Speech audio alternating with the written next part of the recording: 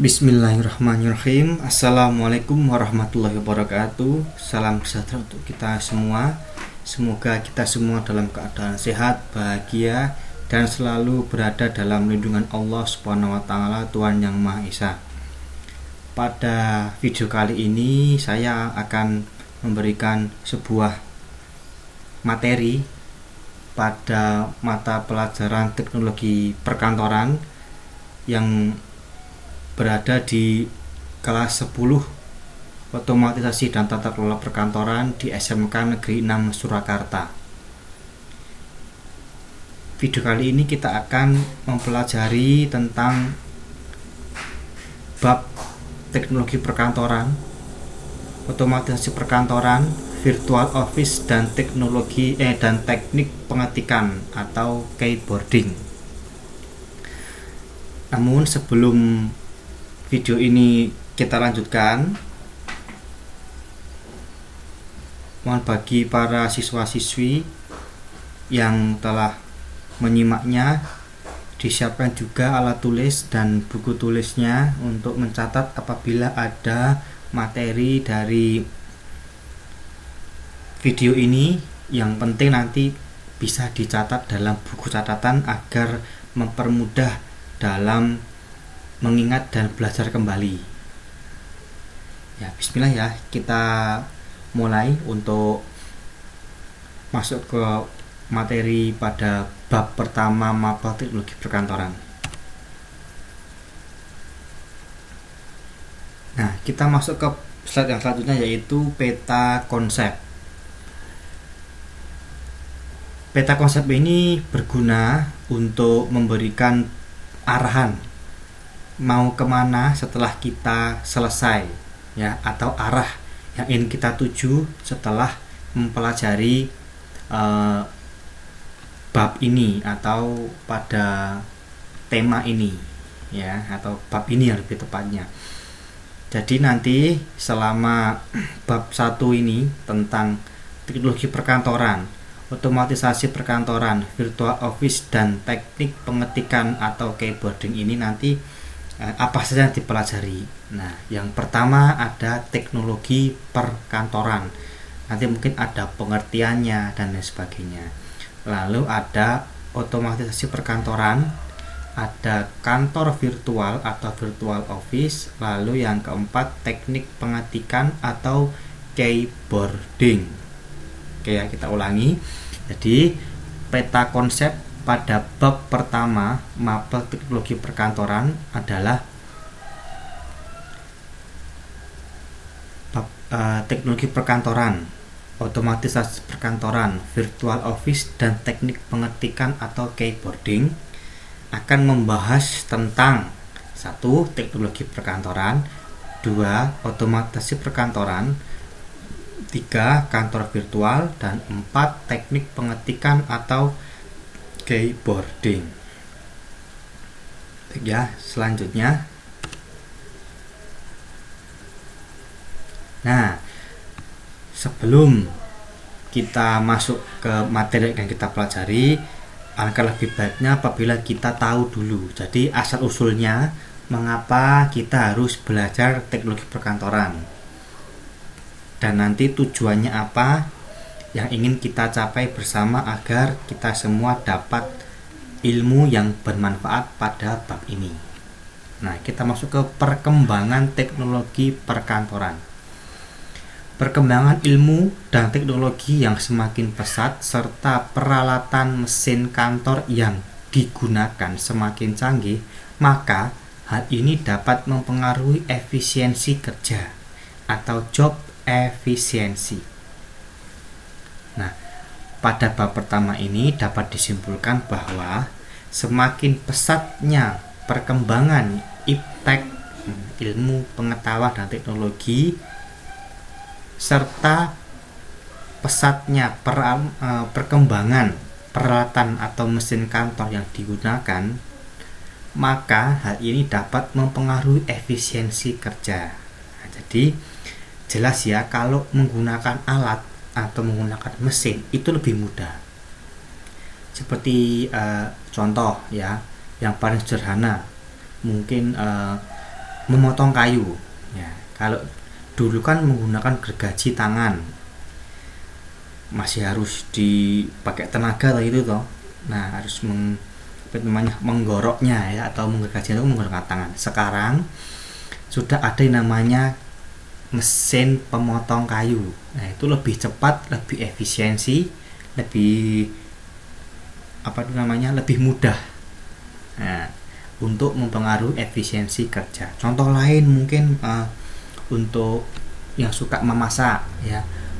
Dulu tidak ada mixer ya, mungkin adanya cuma pengaduk tangan. Sekarang udah ada mixer ya, untuk membuat roti, untuk membuat kue, untuk membuat jajanan itu menggunakan mixer lebih cepat dan lebih menghemat waktu, tenaga, serta mempengaruhi efisiensi kerja atau job efisiensi. Mas ini paham ya? Lanjutnya, maka dengan perkembangan ini kita semestinya bisa menggunakan dan memanfaatkan dengan baik, tepat, serta cepat agar dalam penggunaan alat kantor ini kita memiliki keterampilan yang optimal dan menggunakannya sesuai fungsinya masing-masing.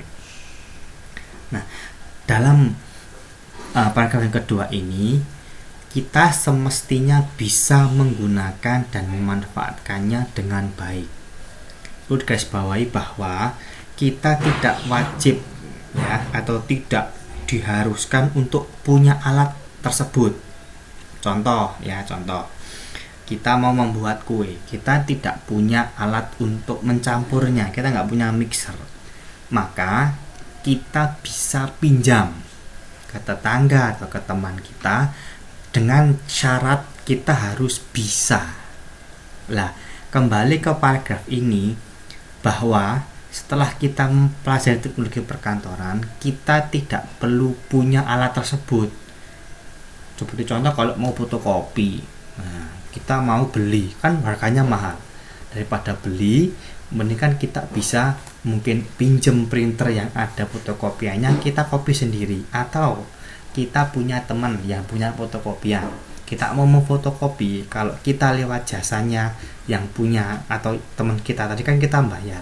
Nah, kita bisa mengoperasikan mesin fotokopi, maka kita pinjem, aku nyelah alat fotokopi mundang untuk fotokopi satu lembar ini, ya wis kono wis atau iso wis. Nah, kemungkinan nanti nggak bayar karena kita bisa menggunakannya sendiri.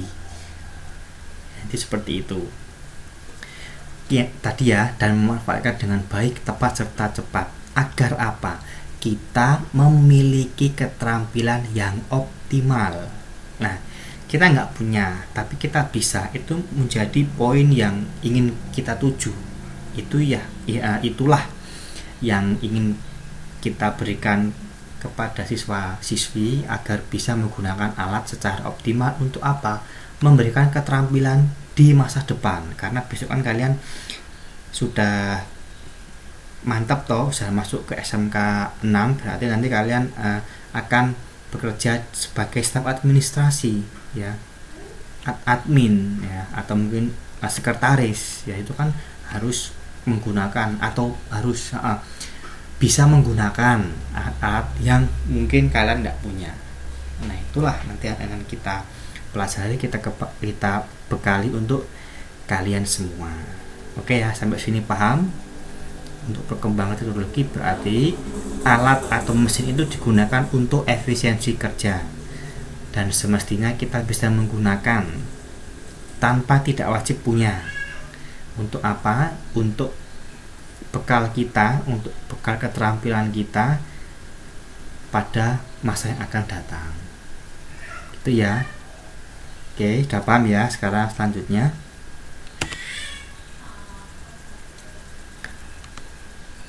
pengertian teknologi perkantoran. Nah, ini adalah pengertian atau subbab yang pertama ya, yaitu peta yang pertama tadi, punya ancer-ancer yang pertama gitu ya. Teknologi perkantoran adalah bagaimana proses mencatat, menghimpun, mengolah, memperbanyak, mengirim, dan menyimpan bahan-bahan keterangan secara efisien dengan menggunakan mesin-mesin. Kita ulangi, pengertian teknologi perkantoran adalah bagaimana proses mencatat, menghimpun, mengolah, memperbanyak, mengirim dan menyimpan bahan-bahan keterangan secara efisien dengan menggunakan mesin-mesin.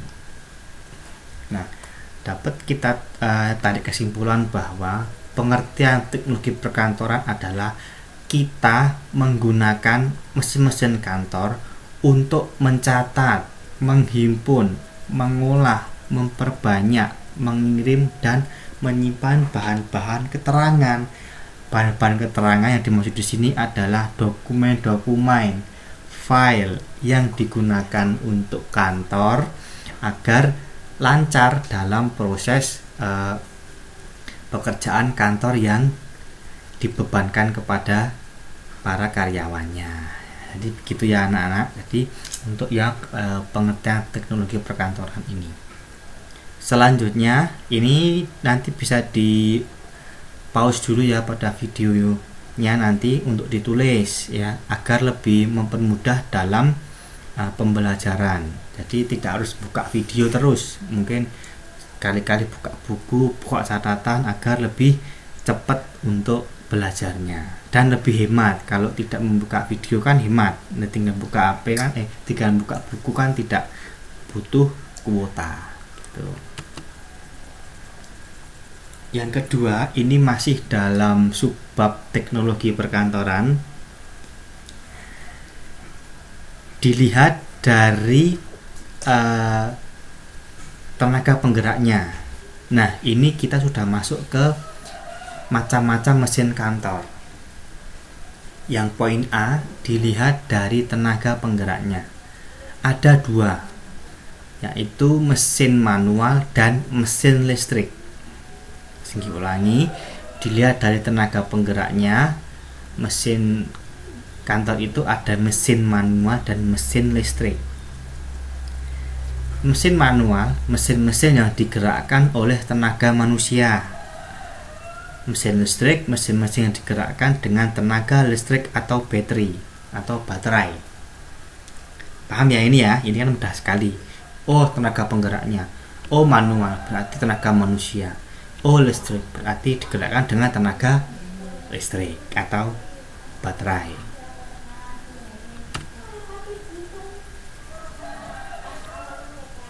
B, dilihat dari cara kerja dan komponen mesinnya. Tadi yang pertama tadi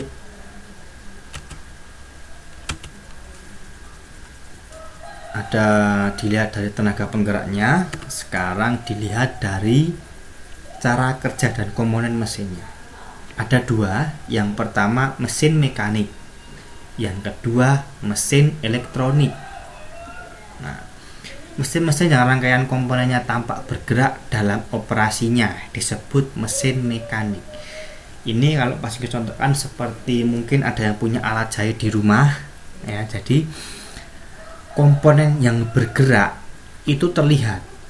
Nah, contoh ya mungkin punya mesin atau mesin jahit ya di rumah, itu kan kalau di injak mesinnya itu kan berputar, kita kelihatan nanti ada yang jarumnya yang naik turun, ada penggulungnya yang bergerak atau istilahnya membuat pola, itu kan semua terlihat komponennya. Jadi mesin mekanik adalah mesin yang rangkaian komponennya tampak bergerak dalam operasinya. Lagi mungkin ada yang pernah lihat mungkin bengkel ya, orang tuanya bengkel atau sudah sering lihat orang tuanya memperbaiki motornya kan ada gear depan, ada gear untuk mesin, ada gear untuk ban yang bisa menggerakkan ban, ada rantai. Itu adalah mesin-mesin disebut juga sebagai mesin-mesin mekanik yang komponen bergeraknya itu tampak dalam operasinya, di ketok gitu loh. Nah, yang kedua mesin elektronik, mesin-mesin dengan rangkaian komponen elektronik berupa kabel-kabel. Nah, ini yang paling mudah itu adalah contohnya mungkin laptop atau komputer ya. Jadi kita nggak tahu toh, kita nggak kelihatan. Oh, ini kok tahu-tahu nanti nyala. tahu nanti mati. Terus kita mengetik, kita menyimpan, kita buka video, kita edit video, itu kan kita nggak tahu.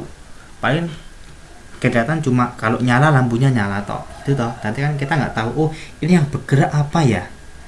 Kok ini seperti ini kok, tapi kok tahu-tahu kok nyala. Nah itu kan kita nggak tahu, dan itu termasuk dalam mesin-mesin elektronik. Oke ya, sampai sini paham ya. Untuk yang tadi, untuk yang B itu dilihat cara kerjanya dan komponen mesinnya. Yang ketiga, nah dilihat dari fungsinya dalam berbagai pekerjaan kantor. Nah ini nanti dibagi menjadi 6. Nah dan video ini nanti selesai sampai sini, sampai mesin-mesin untuk menyimpan ini, dan nanti ada video selanjutnya yang bisa melengkapi video ini. Tuh. Oke, yang nomor 3 dilihat dari fungsinya dalam berbagai pekerjaan kantor. Yang pertama, mesin-mesin untuk mencatat bahan keterangan. Ada kata mencatat, berarti terkait dengan tulis-menulis ya toh. Nah, di sini ada mesin tulis, ada mesin dikte, mesin penomor, dan asan pensil. Nah, mungkin ada juga blok note, ya, itu juga termasuk dalam alat untuk atau mesin untuk mencatat bahan-bahan keterangan. Lalu yang kedua, mesin-mesin untuk menghimpun, untuk mengelompokkan, ya, atau istilah untuk ngelumpuk nih bahan-bahan keterangan. Ada pembuka surat, mesin penjilid, head machine, pemotong kertas, dan pencatat uang kas. Nah, mesin penjilid untuk menjilid, membuka surat ini mungkin jarang orang yang tahu ya. Jadi ada alat yang khusus untuk membuka surat, itu ada, bukan silet, bukan cutter ya, itu kan bisa menyobek isinya ya toh, atau bisa memotong isi dari surat. Tapi ini ada mesin pembuka surat, boleh nanti dicari di YouTube atau di internet ya, seperti apa toh mesin membuka surat itu. Nah, ada mesin penjilid juga, ini yang sering ke penjilitan ya, itu mungkin ada mesin-mesin, ada mesin pemotong, ada lakban, ada cover, itu mesin-mesin penjilid. Dan ada juga yang mesin penjilidnya sendiri, itu ada head machine. Apa ini Pak, kok head machine? Nah ini dicari ya, jadi biar kalian nanti biar bisa tahu. Nah tolong tulis kolom komentar ya, head machine ini mesin yang seperti apa. Nanti bagi yang penulis komentar nanti akan Pak Singgih kasih bonus ya, karena sudah memperhatikan dan sudah mau untuk mencoba untuk mencari itu. Ada pemotong kertas, ini bisa gunting, bisa cutter ya, atau bisa pisau. Dan pencatat uang kas, nah ini juga seperti buku, seperti jurnal umum.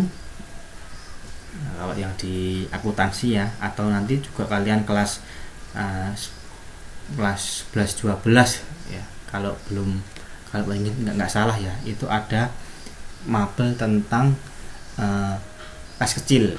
Nanti akan di situ juga ada nanti, oh seperti ini toh mesinnya atau alatnya. Nomor 3 adalah mesin untuk mengolah bahan keterangan. Jadi kita olah, berarti dari bahan yang mentah menjadi bahan jadi. Contohnya di sini ada mesin jumlah, mesin hitung, dan ada komputer. Nah nanti kalau untuk dituliskan juga pada kolom komentar arti dari perbedaan dari mesin jumlah dan mesin hitung itu apa. Nah, nanti tulis komentar, kalau ada yang benar jawabannya nanti Pak Singgih kasih tambahan nilai. Oke ya, sampai sini paham ya. Untuk macam-macam mesin kantor dilihat dari fungsinya dalam berbagai pekerjaan kantor.